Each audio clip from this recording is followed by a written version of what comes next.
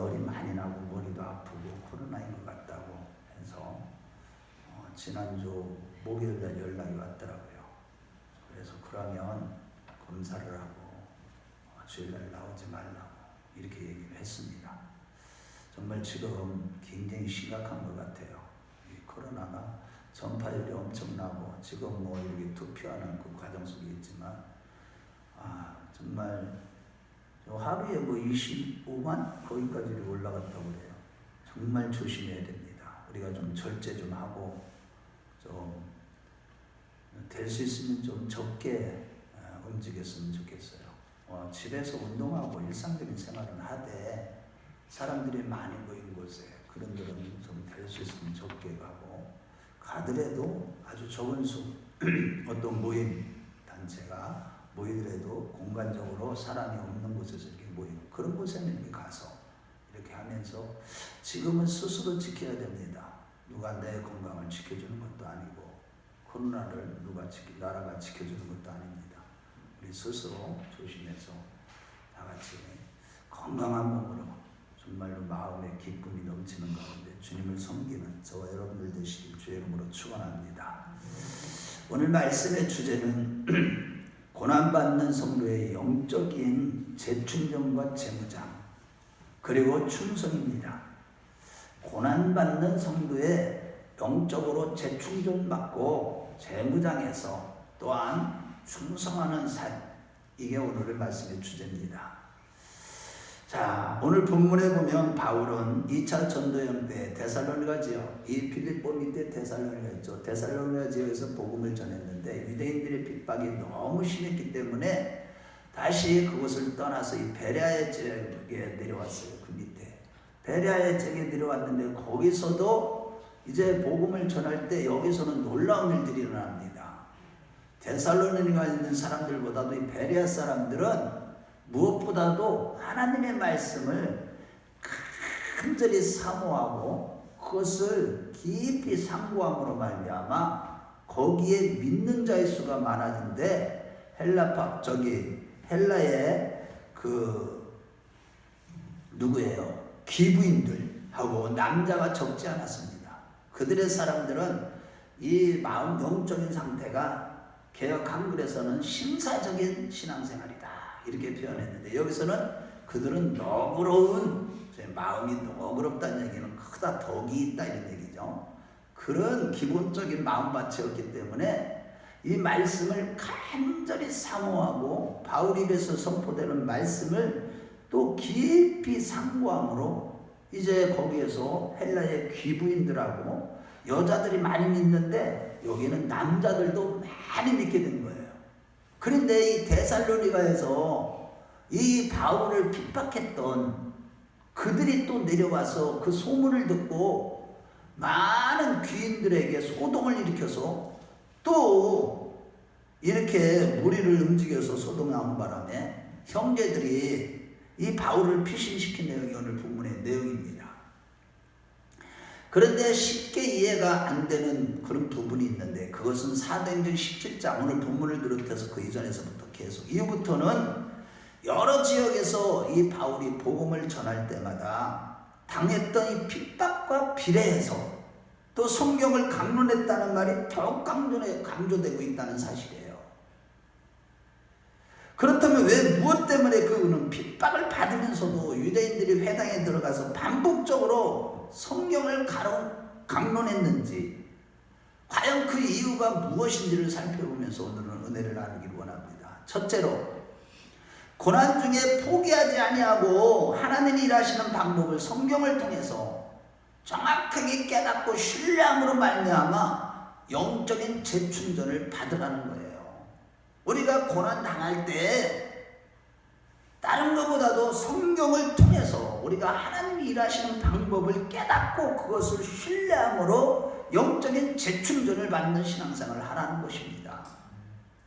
11절에 보면 베레아 사람들은 이 데살로니가 사람들보다 더 너그러워서 간절한 마음으로 말씀을 받고 날마다 성경을 상고한 결과 12절에 보면 그 중에 믿는 사람이 많고 또 헬라의 기부인과 남자가 적지 아니하더라고 했습니다. 즉 말씀이 흥왕함으로 말미암아 교회가 부흥된 것입니다. 베레아 교회가. 한편 사도행전 12장 24절에도 보면 하나님의 말씀은 흥왕하여 더하더라 라고 했듯이 예루살렘 교회도 마찬가지예요. 유대교회 유대인들이 그렇게 핍박하는 가운데서도 하나님의 말씀이 흥왕함으로 말미암아 교회가 굳건히 서가며 부흥한 것입니다. 이같이 예루살렘 교회와 이방인 교회 모두가 다 하나님의 말씀이 흥왕할 때 교회가 부흥된 것이죠. 이같이 예루살렘 교회와 이방인 교회 모두가 다 하나님의 말씀으로 부흥된 것 같이 교회 안에 하나님의 말씀이 없는 부흥은 그것은 사상 누각과 같은 거예요. 모래 위에 쌓은 집과 같은 거예요. 곧 무너지는 거예요. 그런 교회는 온전히 설 수가 없는 겁니다. 성도가 세상으로부터 핍박과 다양한 고난과 환난과 역경과 어려움을 당할 때 그 영적으로 재충령을 받는 것과 교회의 부흥은 오직 성도들의 마음과 교회 안에 하나님의 말씀이 흥황할 때, 즉 말씀이 날마다 성도들이 깨달아지고 말씀으로 충만한 삶을 살아갈 때 그 모든 부흥이 일어나고 재충전의 역사가 일어나는 거예요. 영적인. 하지만 문제는 사도행전 17장에서부터 보면 바울이 회당에서 성경을 강론할 때 바울과 유대인들 사이에 예수가 곧 그리스도라는 논쟁이 두드러지게 나타나고 있다는 사실이에요. 즉 사도 바울은 성령의 강권하심으로 마케도냐 지방에 와서 인도대에 온 것인데도 불구하고 성령이 이끄심에도 불구하고 회당만 보이면 들어가서 성경을 가지고 강론하는데 그때마다 유대인들과 논쟁이 아주 두드러지게 있었던 것이죠. 날마다 유대인들과 예수가 그리스도라는 이 말씀을 증거하는 바울과 유대인들과 간의 논쟁이 계속 일어난 거예요. 그는 이미 1차 전도여행 때에도 유대인들과 성경을 강론하다가 논쟁이 벌어져서 사도행전 13장 50절에서 51절 말씀에 보면 처음에는 유대인들에게도 관심을 갖고 예수가 그리스도라고 이렇게 복음을 전하는 일에 열심을 가졌지만 그들이 반대하며 저들로부터 박해를 받는 자신은 내가 이방인을 위하여 부르심을 받았다는 것을 다시 한번 확인하고 그 말에서 티끌을 떨어버리고 이방을 향하여 복음을 전하기로 작정한 일이 있습니다. 우리 한번 찾아볼까요? 사도행전 13장으로 가봐요. 우리 50절과 51절 마지막 절이에요. 2절 13장.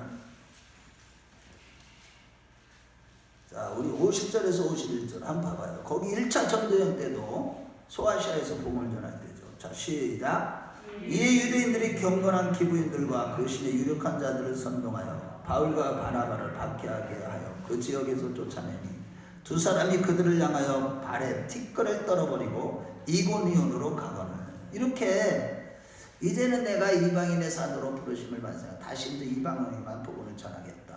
그런데 2차 전도여행 때도 어디를 가든지 회당에서 성경을 가지고 또다시 유대인들과 논쟁을 하고 했습니다. 그는 데살로니가 또 베레아, 아데네, 그 다음에 고린도에 이르러서 성경을 가지고 유대인들과 논쟁을 하다가 고린도에서는요 사도행전 18장 6절에 보면 아주 저희들이 유대인들이 또 대적하니까 다시는 이제 이방인에게로 가지 않겠다고 결단했던 겁니다. 어쨌든 오늘 사도행전 오늘 본문이 기록된 1절 17장 1절에서 2절에서 말씀해 보면 데살로니가 이르렀을 때 유대인들이 회당이 있어서 바울이 자기의 규례대로 저희에게로 들어가서 새 안식일에 성경을 가지고 강론했듯이 회당만 보이면 그는 또다시 회당에 들어가서 즐겨 성경을 가지고 유대인들과 논쟁을 또 토론을 벌인 것입니다. 결국에 이 앞뒤 정황을 다 볼 때 그 이유가 무엇이냐? 핍박을 받으면서도 굳이 또 유대인들을 대상해서 복음을 전하는 예수가 그리스도라는 이 성경을 가지고 토론하는 그런 가운데 유대인들과 이 논쟁을 하게 된 그 이유는 먼저는 유대인들을 항복시키는 것이 목적이 아님을 알 수가 있습니다. 그 이유가 무엇이냐 하면, 예를 들어 우리가 가까운 가족들이나 친척들이나 이웃들에게 복음을 전할 때 예수를 믿으라고 하면 아주 쉽게 예수를 믿겠다고 하는 자가 안 믿는 자가 있는 반면에, 예수를 기독교와 복음에 대해서 물고 뜯고 덤비면서 믿지 않겠다고 막 되들었던 그들이 결국은 믿는 사람들이 있듯이, 꼭 그런 것은 아니지만 그렇게 덤비는 사람은 기독교에 대해서 관심이 있어서이고, 기독교를 핍박하는 그런 분들이 결국 믿게 되는 것은 마음에 뭔가 항복이 있었기 때문인 것입니다. 즉 기독교가 싫어서가 아니라 믿고 싶지만 무엇인가 걸리는 문제 때문에 그것을 확인하고 싶어서 그렇게 더 기독교를 공격하는 것이죠. 즉 기독교를 핍박하는 행동을 통하여서 내적으로 자신이 원하는 무엇인가가 이제 기대했던 것을 답을 얻고 나면 그 복음에 항복하고 주님께 돌아오는 것이죠. 이런 분들이 굉장히 많습니다. 오히려 핍박을 하고 예수를 거부하고 예수 믿는 자들을 조롱하고 아주 비아냥거렸던 사람들이 나중에 뭔가가 자기 마음에 그 풀리지 않았던 무엇이 풀리면 주님께로 돌아오는 그런 자들이 많은 거예요. 이런 이유에서 그 영혼 구원을 위한 예수님의 마음을 품은 바울은요, 포기하지 않고 이방인 지역에서도 유대인들에게 계속 회당에서 성경을 강론한 것이죠. 또한 무엇보다도 더 중요한 것은 바울 자신을 위한 것입니다.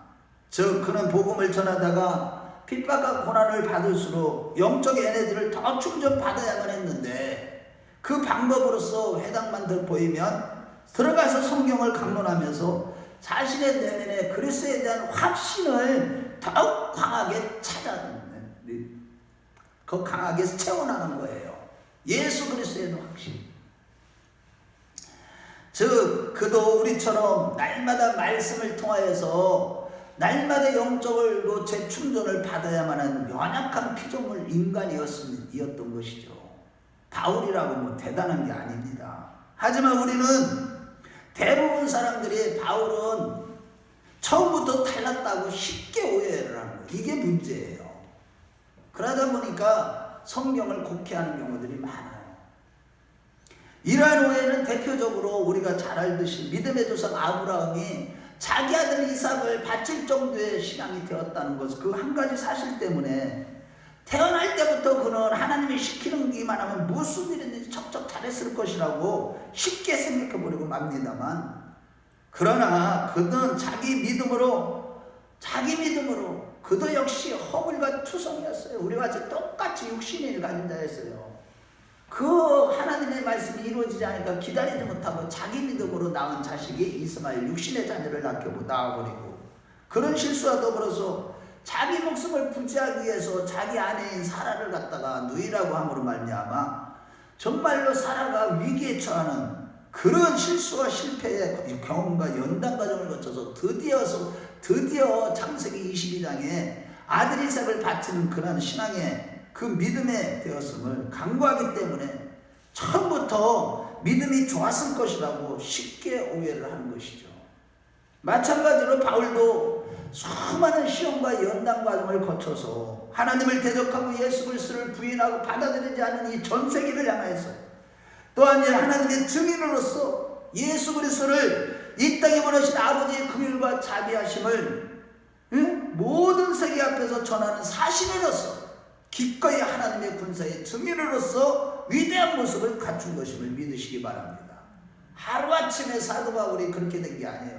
성령으로 거듭났다고 해서, 그가 담에서 경험을 했다고 해서 순식간에 그 엄청난 믿음이 확 이렇게 자라온 게 아니라는 거예요.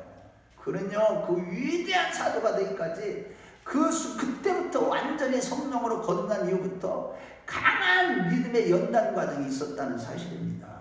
실로 그 자리에 서기까지 그도 수많은 시행착오와 낙심과 실패 속에서 갈고 닦아져서 결국은 그대로 만들어진 것입니다. 바울이라는 자가 만들어지기까지는 엄청난 연단이 있었던 것이죠. 즉 다메섹 도상에서 전심하기 전에 그는 사울이라는 이름을 가졌던 자로서 로마 시민권을 가졌고, 유대 민족주의고 오늘날로 얘기하면 태극기 부대같이 율법에 정통한 사람이요 열심으로는 예수 믿는 자들을 박해하고 잡아 죽이는 자리까지 갔던 다혈질적이고 성급하고 많은 실수를 할 수밖에 없는 그저 우리와 별 차이가 없는 보통 사람이었습니다. 그러다 보니까 성령으로 거듭났어도 전도의 일을 수행하는 과정에서 그런 수많은 실패를 했지만 성경에 그의 실패와 시행착오에 대해서 기록하고 있지 않을 뿐인 것입니다. 여러분. 특히 그는 격한 사람으로서, 격한 사람이 다 그런 건 아니겠지만 그는요 남보다 더 열심히, 성질도 엄청 급해. 저도 성질 급한데 아주 급해요. 너무 급해. 조급해. 조급이 이게 문제예요. 그러다 보니까 남들보다 더 열심히 하는 것만큼, 앞장서서 일하는 것만큼 실수도 더 많이 하게 되는 거예요. 예를 들어서 그가 고린도전서 4장 9절에서 11절 말씀에 보면 그가 복음을 전하면서 하나님 앞에서 연단받을 때에 엄청난 시련과 고난과 고통을 당한 것은 사실이지만 그가 표현하는 방법을 보면 얼마나 세게 표현하는지 우리는 알 수 없어요. 그거 우리 한번 4장, 우리 고린도전서 여기 책가페 해놓으시고요. 고린도전서로 가봐요. 사도행전 다음에 로마서 다음에 고린도전서죠.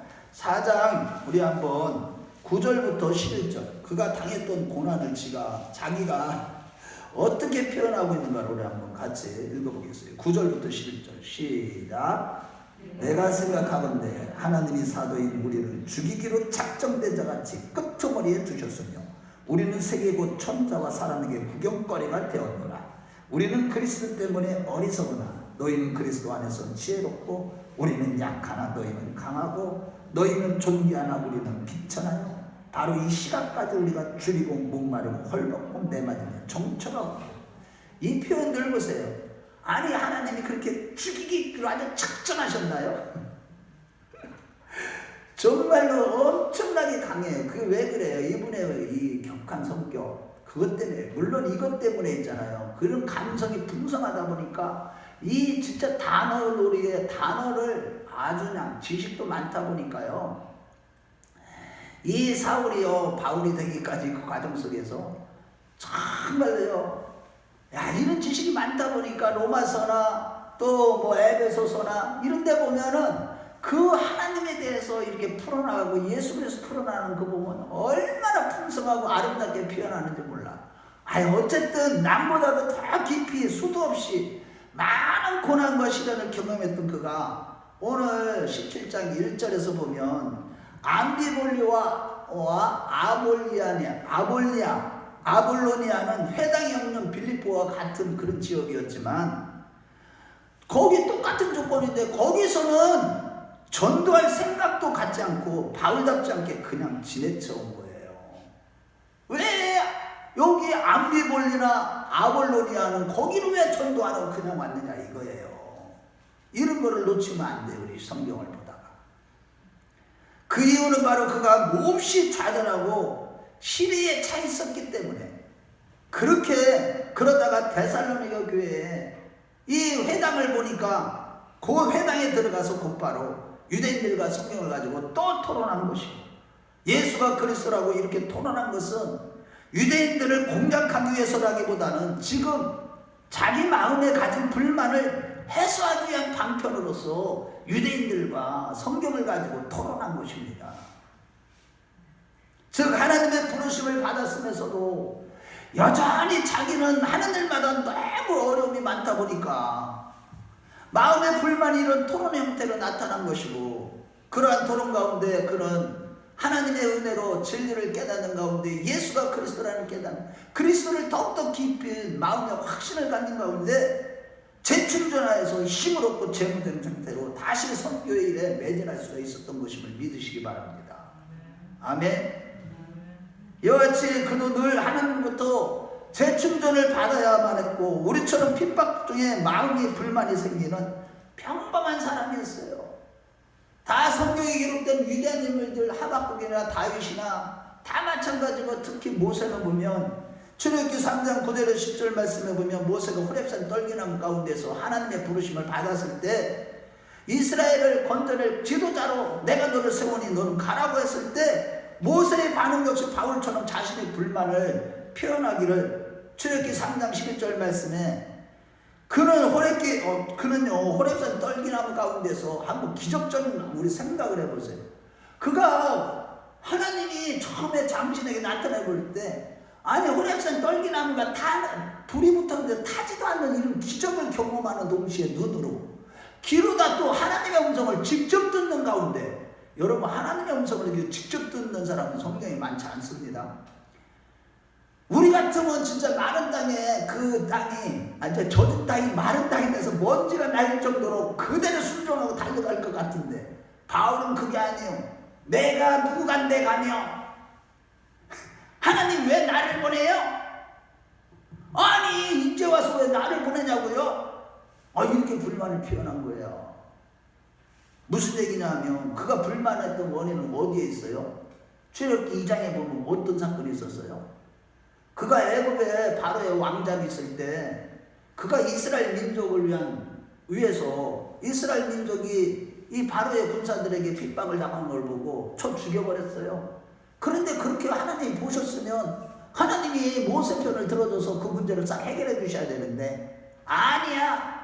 도망갈 수밖에 없는 그 환경이 돼버려갖고 광야로 피신해서 도망가는 가운데 40년 동안 늙어가고 있었어요. 그런데 젊었을 때는 찾아오시지도 않다가 40년 동안 고생하고 완전히 늙어가 쪼들쪼들하지 80세 된 노인에게 찾아와서 이제 와서 왜 그때는 안 쓰고 이제 와서 씁니까? 쓴다고 나를 보고 가라고 합니까? 이렇게 불만을 표현한 거예요. 그러니까 하나님께서 출애굽기 3장 12절에 13절 말씀에 보면 나는 스스로 있는 자라고 하면서 나는 능치 못하심이 없다. 그 말씀만 딱 해요. 나는 나다. 결국은 이같이 모세는요 하나님에 대해서 불만이 가득한 상태에서도 가라고 계속 하니까 저는 하나님을 이해할 수가 없습니다. 하나님 도대체 왜 이런 식으로 일을 하십니까? 이렇게 강한 불만과 불신 이런 질문을 한 것이죠. 그러나 결국 순종해서 이스라엘을 구출하기 위해서 바로에게 가기는 하지만 그도 역시 불만을 가지는 연약한 인간 피조물에 불과했듯이 성경의 위대한 성자들은 모두가 다 우리랑 똑같아요. 모든 인간은 같다니까요. 차이가 없다니까. 이런 불만은 다 가지게 된다니까요. 이 하나님의 종들이라고 하나님께 불만이 없어요? 고난을 엄청 당해보라고. 어느 때는 진짜 짜증난다니까요. 하나님 앞에서도. 죄송합니다 하나님. 바울 역시 있잖아요. 하나님의 명령을 따라서 성령의 나타남과 능력으로 복음을 전했는데도 어디를 가면 심각한 반대를 맞아야 되고 고통을 경험하다 보니까 마음 한쪽에서는 불만이 생길 수밖에 없었고 불만이 쌓인 것이죠. 우리도요, 여기 우리 성도님들도 진짜 저는요 이렇게 보면 진짜 하나님 앞에 그 정도 열심히 이제 하나님이 이렇게도 해줄 만도 하지만 우리도 그렇잖아요. 그렇게 내가 하나님 앞에 그렇게 기도하고 그렇게 매달리고 그렇게 힘든 어려움을 당했으면 하나님 이제는 해결해 줄 만도 한데 여전히 그 고난은 여전히 있어. 십자가가 아주 그냥 맨날 있어요. 너무 어려워. 아니 십자가만 있는 것도 십자가만 있다지만 다른 사람들한테는 핍박을 받지 않아야 될 거 아니에요. 그런데 이 바울 사도는 유대인들에게 그 영혼들을 살리겠다고 복음을 전했지만 정말로 자꾸 핍박을 하니까 이제는 전하지 않겠다고 하고서는 또다시 회당만 보이면 회당에 들어가서 성경을 강론한 것은 성경 말씀을 가지고 스스로의 불만에 대한 답을 하나님께 요구하는 셈인 것이죠. 생각해 보세요. 정말로 그도 너무너무 힘들었어. 그런데 회당만 보면 또 들어가. 그러고 유대인들에게 또 그래. 왜 그래요? 결국 그는요, 구약에서 증거된 이 메시아, 즉 예수가 그리스도라는 내용에서 그는 이 고난과 핍박과 어려움을 당하는 그 답을 다 받은 거예요. 아멘. 성경에서 증거하시는 예수 그리스도, 즉 예수라는 이름은 구약의 선지자들 가운데 호세아나 여호수아와 같은 이름이에요. 똑같은 이름이에요. 그러고 마태복음 1장 21절에 예수라는 이름은 자기 백성을 저희의 죄에서 구원할 자이시니라 라는 그런 의미를 가지고 있습니다. 그리고 그리스도라는 이름은 기름 부음을 받다 이런 뜻이에요. 즉 메시아라는 말과 똑같은 헬라어로서 그리스도라고 이렇게 말씀하고 있는데 하나님의 사람이라는 뜻입니다. 한마디로 하나님께로부터 기름을 받은 하나님의 사람이라는 뜻이에요. 그리고 이스라엘은 하나님이 그 나라 통치권을 가지는 신령국가로서 그 나라를 다스릴 때에 그 왕과 선지자와 제사장들에게 기름을 부어서 통치한 것이죠. 그런데 하나님은요, 그 그리스도를 통해서 반드시 하나님은 하나님의 뜻을 이루어간다는 것을 날마다 성경을 강론하면서 바울 사도는 깨달은 것이죠. 즉 이 그리스도라는 이름 안에는 하나님이 어떻게 일을 행하시는지 그 하나님의 방법이 들어간 이름이죠. 즉 한마디로 바울은 예수가 그리스도라는 사실을 성경을 강론하면서 하나님께서 어떻게 일을 하시는 것을 다시 발견한 것이 시리에 찬 그에게 힘을 주게 된 것이죠. 예?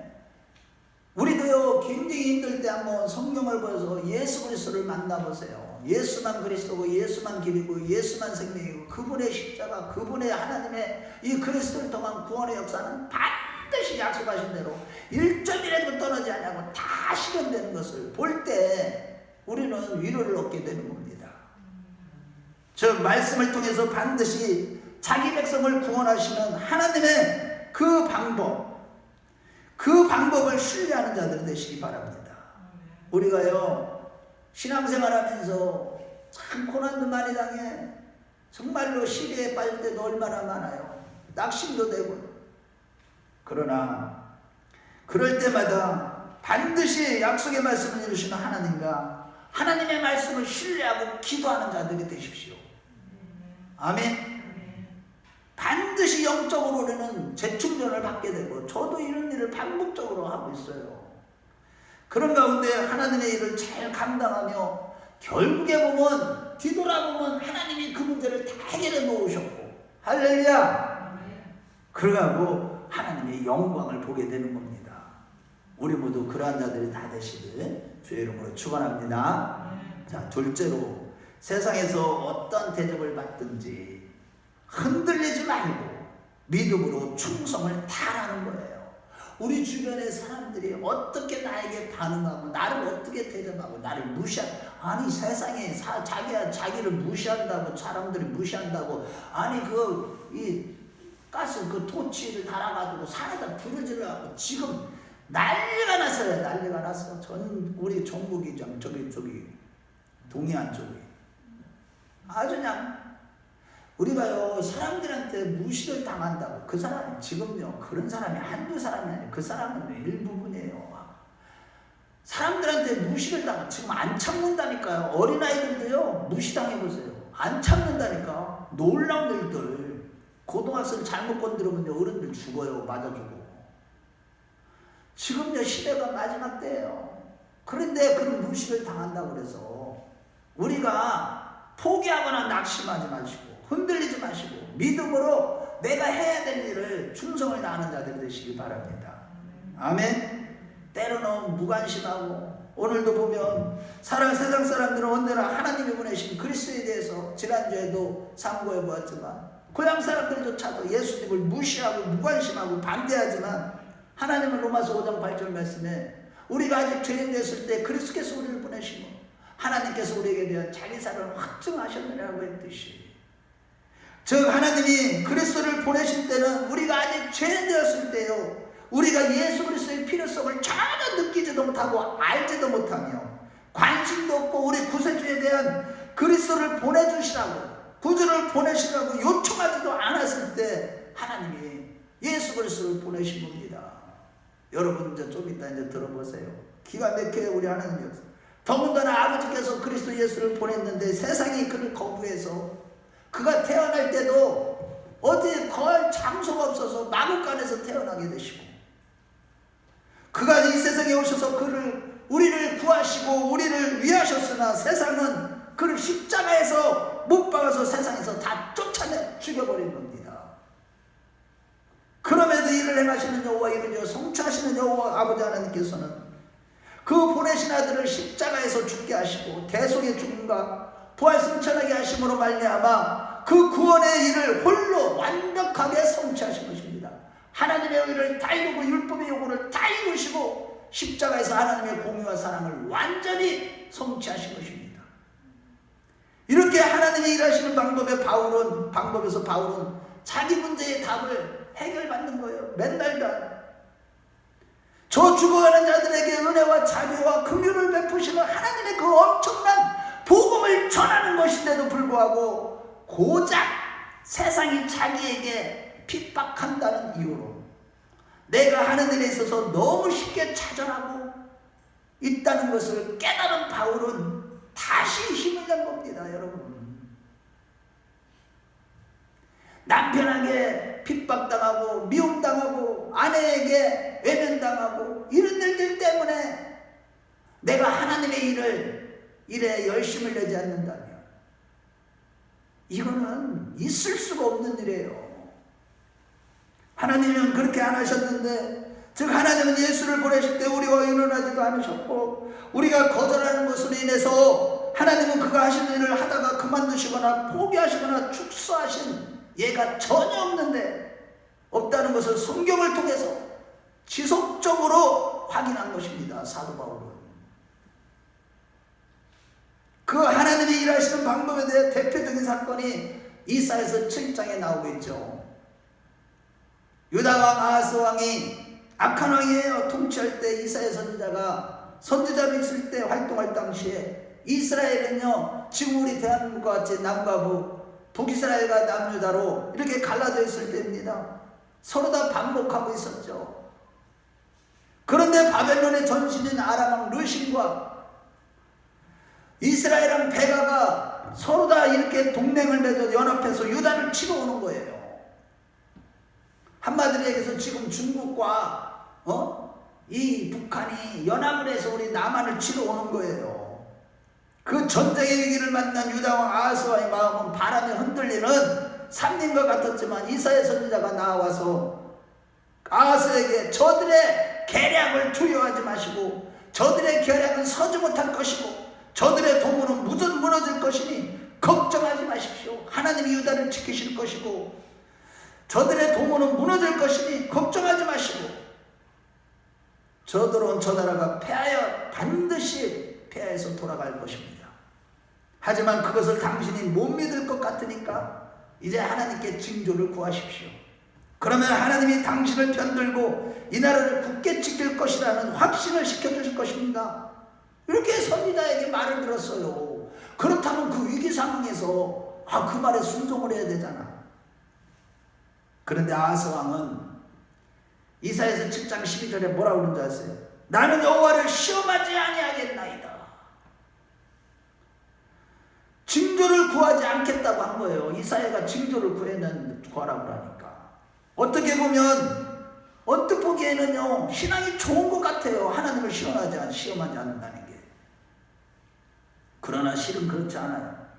그의 말의 의도는 이러한 일 가운데 여호와한테 뭘 물어보고 무슨 여호와를 믿느냐고 하는 뜻이고, 이런 일에 왜 여호와가 끼어드냐 그런 거예요. 나라가 심각한 위기 가운데 하나님 앞에 기도하라고 그랬더니 무슨 지금 그들이 투표하는 거 부정투표하는 그런 걸 막고 나가서 싸우고 이래야지.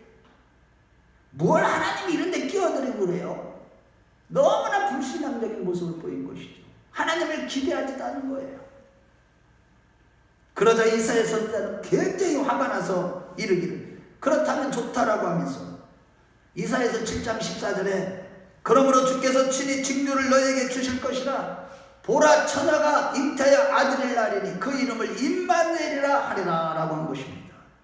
이 말씀은 인간을 구원하시기 위한 하나님 독생자 예수 그리스도의 오심에 대한 예언으로서 그 방법은 죄인된 인간들이 하나님께 구하거나 기대하거나 요청하지도 않고 하나님을 원하지도 아니하시지만 하나님은 스스로의 열심을 가지고 개입하시는 그 방법으로 일하시는 이것이 바로 예수 그리스도를 이 땅에 보내시는 하나님의 마음이요, 하나님이 우리를 구원해내시는 유일한 원인이요 힘인 것입니다.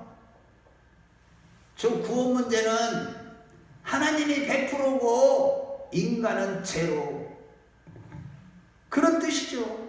이와 같이 우리는 구원을 받을 만하거나 혹은 하나님의 제안에 대해서 우리가 호감을 갖거나 열심을 갖지 않고 늘 이사야서 53장 6절 말씀대로 각기 제 길로 갔거늘 즉 자기 길로 가고 외면하고 하나님이 하시는 일에 대해서는 언제나 반대할지라도 하나님은 자신의 긍휼과 자비와 성실함을 따라 그의 일을 이루시고 우리를 불러내시고 항복시키고야 마시는 것입니다. 그래서 저와 여러분들이 지금 이 자리에 와서 예배드리며 하나님의 말씀을 듣고 있는 줄로 믿으시기 바랍니다.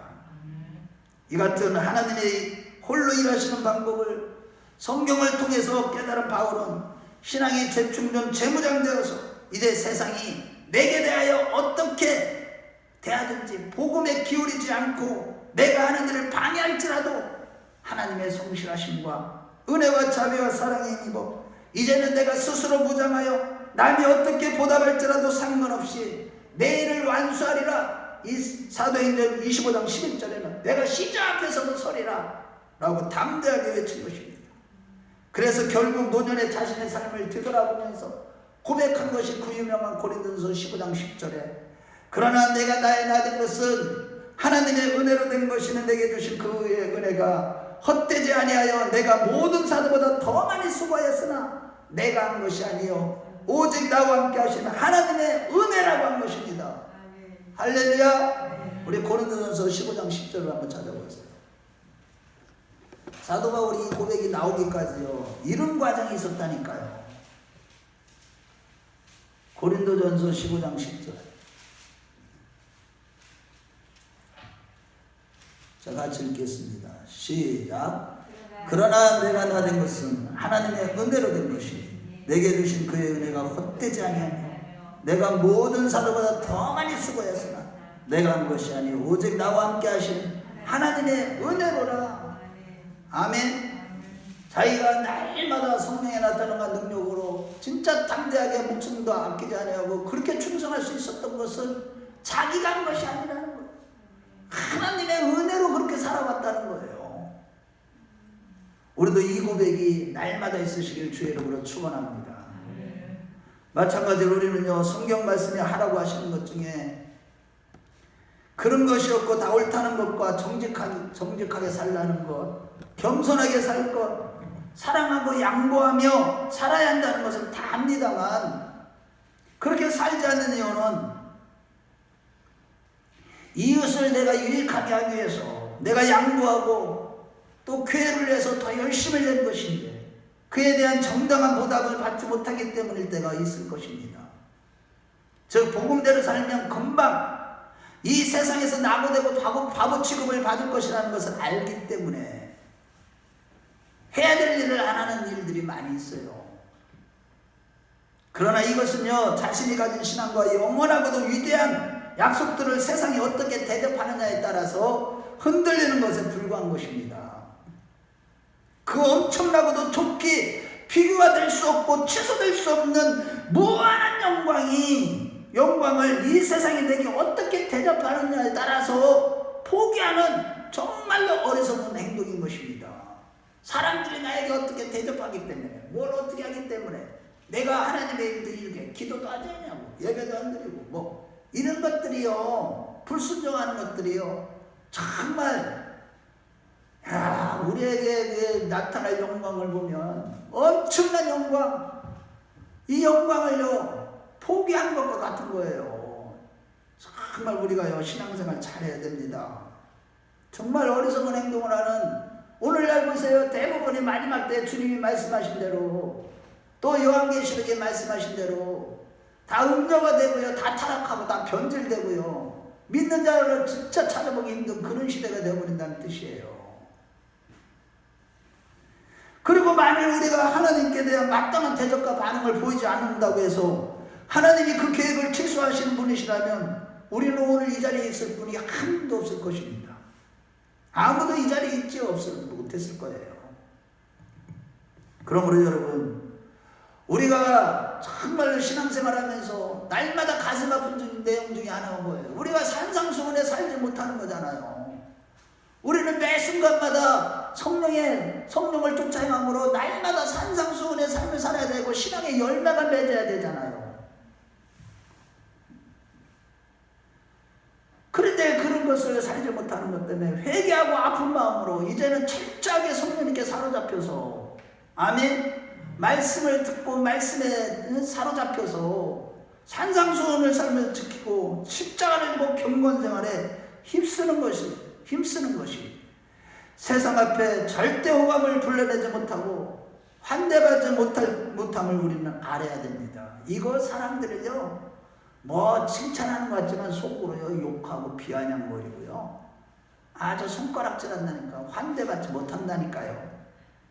또한 세상은 우리를 향해 칼과 총을 들지라도 그럼에도 우리는요 십자가를 지고 그리스도께서 가신 길을 쫓아가야 하는 것이 마땅한 줄로 믿습니다. 아멘. 어떻게 보면 우리는 장차 엄청난 비교할 수 없는 영광이 기다리고 있지만 바울처럼 세상에서 마땅히 내가 돌 맞고 손가락질 맞고 피 흘리고 죽는 존재로 부르심을 받은 자들이요, 이러한 우리의 신앙생활에 대해서 세상이 박수치고 와서 우리가 전하는 복음에 다 행복하고 좋은 것으로 보답할 것이라고 생각하고 그것을 기대하고 그렇게 해야만 신앙을 시작하겠다고 한다면 우리 중에 누구도 이미 아마 죽는 날까지 신앙생활을 시작조차 할 수도 없을 것입니다. 따라서 우리가 진실로 베드로처럼 주는 그리스도시요 살아계신 하나님의 아들이시라고 고백을 했었다면, 한자라면 이제 우리가 해야 되는 일을 하나예요. 여러분들이 하나님의 부르심을 먼저 받은 이유가, 다른 사람들보다도 먼저 부르심을 받은 이유가 한 가지예요.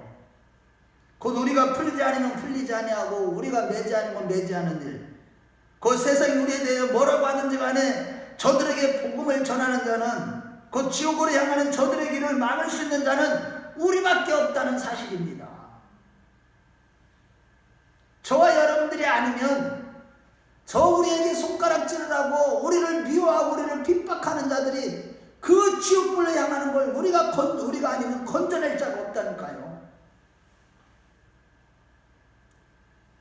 저들의 무지와 불행과 형벌을 바꾸어서 천국에 참여할 수 있도록, 동참할 수 있도록 할 자는 우리밖에 없고, 주님의 말씀대로 우리가 풀지 않으면 풀리지 아니하고 우리가 매지 않으면 안 메어지는 줄 믿으시고, 저들이 우리를 향해 욕을 해대고 또 심지어 돌을 들지라도 포기하지 마시고 끝까지 담대하게 예수 그리스도를 전하며 그리스도의 향기와 그리스도의 편지가 되시길 주의 이름으로 축원합니다.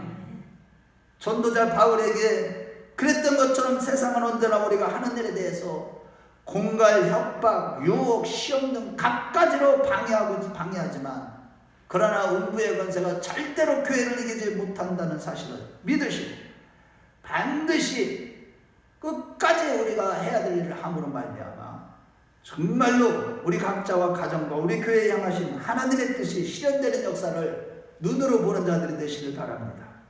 우리 가족과 우리 이웃에게도 놀라운 구원의 역사가 성취되고 주께서 우리가 가는 길을 지키시며 앞서 행하시는 역사를 날마다 경험하고 오늘 하나님 나라를 경험하는 자들이 되시길 바랍니다. 마땅히 우리가 해야 될 일을 열심히 하는 자들이 됩시다. 아멘. 아무리 힘들고 어려운 일을, 이제 더 코로나보다 더 어려운 일을 당한다 할지라도 바울이 그의 일을 완수하기까지는 돌에 맞든지 파산을 하든지 죽든지 상관하지 않았던 것처럼 기억하고, 우리 존재는 하나님 앞에서 우리가 맡은 바 이 영광된 책임을 다하기까지 끝나지 않는다는 사실을 믿고 충성을 다하는 저와 여러분들이 되시길 주의 이름으로 축원합니다. 결론적으로 우리 인생을 세상에서 잘 먹고 잘 사는 부귀영화 같은 헛된 영광을 구하는 일에 소비하지 마시고, 저와 여러분들은요 본향이 어디에요? 천국입니다. 이제 곧 가게 된다니까. 여기에서 제 믿음으로는 여기서 죽음 보지 않고 천국 갈 사람 많습니다. 다 됐으니까요. 이 세상 헛된 일에, 헛된 영광을 구하는 일에 조금 더 우리의 시간을 소비하지 마시고, 조금이라도 젊었을 때에 주의 일에 우리의 인생을 충성되게 하겠다고 결심하십시다. 아멘. 그리고 세상이 어떻게 반응하며 우리가 어떻게 대접받고 취급받느냐로 흔들리지 맙시다. 특히 마지막 시대를 살아가면서 고난이 닥치면 닥칠수록 하나님께서 일하시는 방법을 더욱 신뢰하고 말씀을 통해 늘 하나님과 하나님의 긍휼과 자비와 능력을 힘입어서 우리 자신의 구원받은 거룩한 성도됨을 완성해 나가시면서 또한 주의 일에 충성하셔서 한 번도 빠짐없이 이제 장차 좋게 비교할 수 없는 영광, 영원한 영광을 누리는 우리 큰나무교회 식구들이 다 되시길 주의 이름으로 축원합니다. 주의 이름으로 축원합니다. 우리 다 같이 기도하겠습니다. 여러분 오늘